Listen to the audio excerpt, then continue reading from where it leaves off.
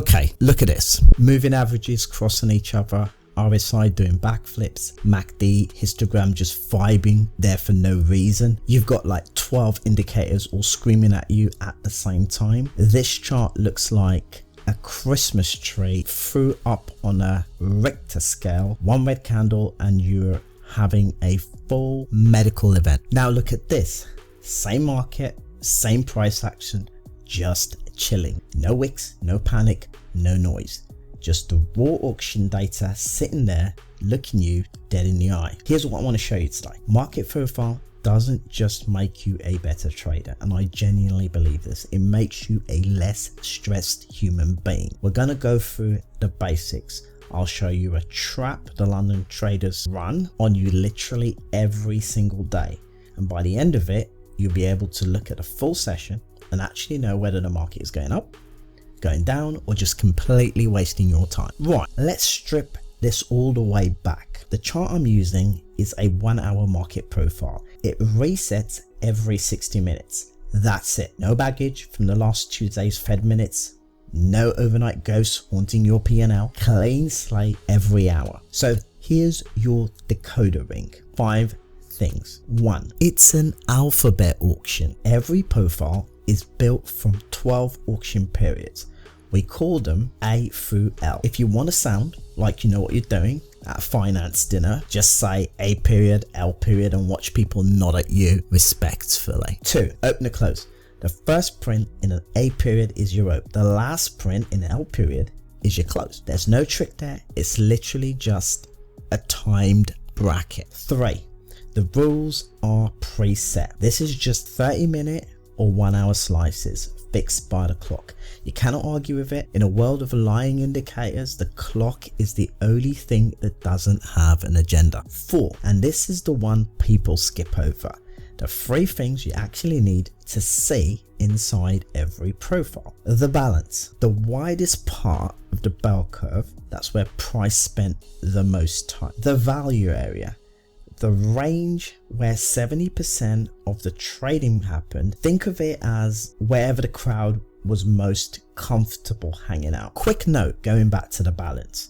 I said the widest part. Sometimes the balance is wide, but again, we're talking about the first 5 minutes of the 1 hour profile.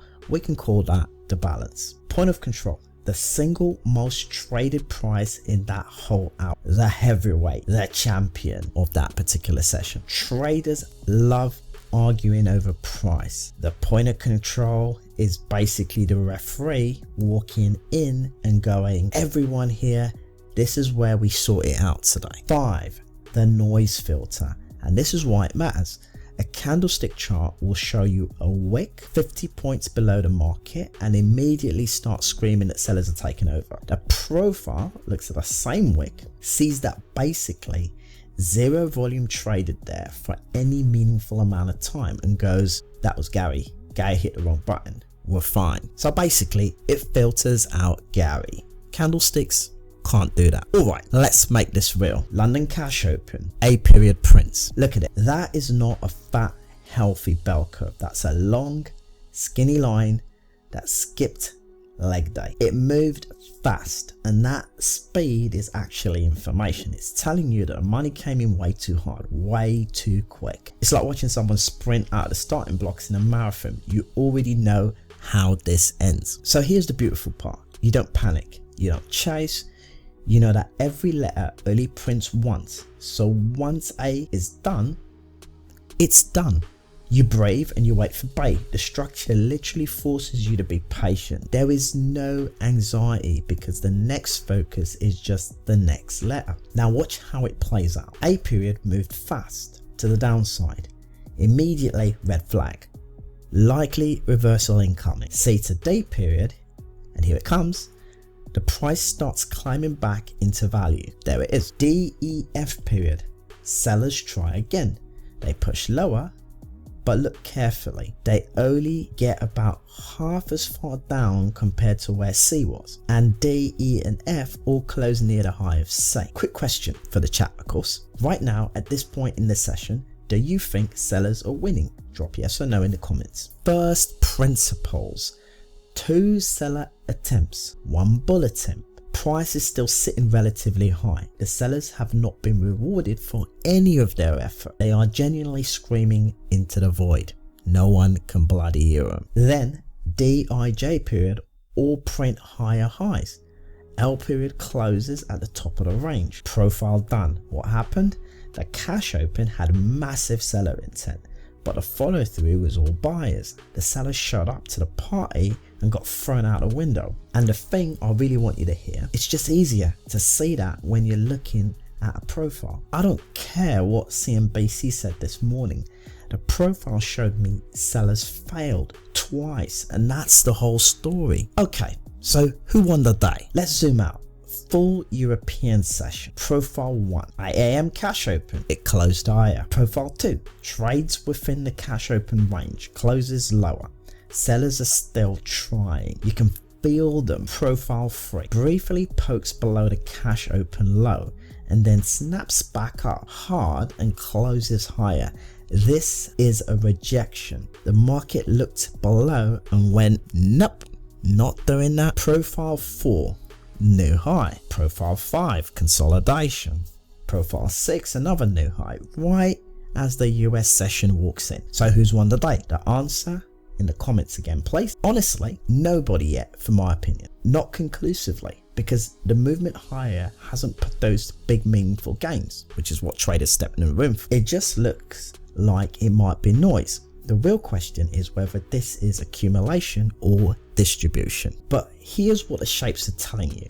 Most of these profiles are closing near the top of their range. Those base shapes and D shapes, that's not nothing. That's European traders visually, repeatedly absorbing supply and mopping it up.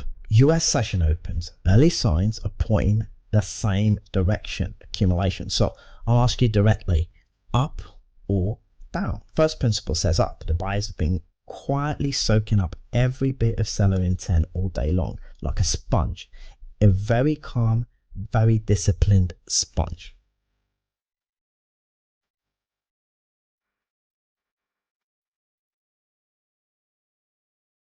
So here's the trade, and this is the part where it gets simple. If the price trades above the 3 PM London high, which is 10 AM New York time, that's your signal. You buy and you hold. Your exit condition is equally clean. If any future profile puts in a new low, the thesis is broken. You close it. No arguing, no but maybe, no hoping, laptop closed, you're out. John Drill Sergeant! Go! Why did you put that weapon together so quickly, Gump? You told me to, Drill Sergeant. Jesus H. Christ. This is a new company record. If it wouldn't be a waste of such a damn fine enlisted men, I'd recommend you for OCS, Private Gump. You are going to be a general someday, Gump. Now, disassemble your weapon and continue.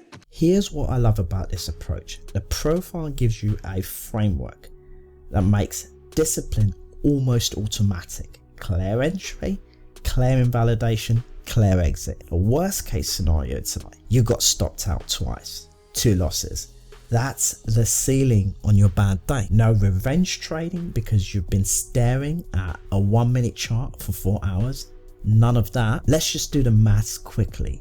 For the smaller accounts, say you're asking 1% per trade on a 10,000 account, 2 losses puts you down 2%. You need that third trade to run and you're up on the day. Even with a coin flip win rate 50-50, genuinely terrible, that's still somewhere around 5% a week. Call it 4% after commissions. You don't need to be right more than you're wrong. You just need to stop taking swings at noise. The market is an auction. The profile is a record of that auction. That's genuinely all it is. Stop guessing and start reading. If you want to see how to build these levels live in real time, smash the like button, drop a POC in the comments if something clicked for you today, and I'll catch you on the next one. Till my next video,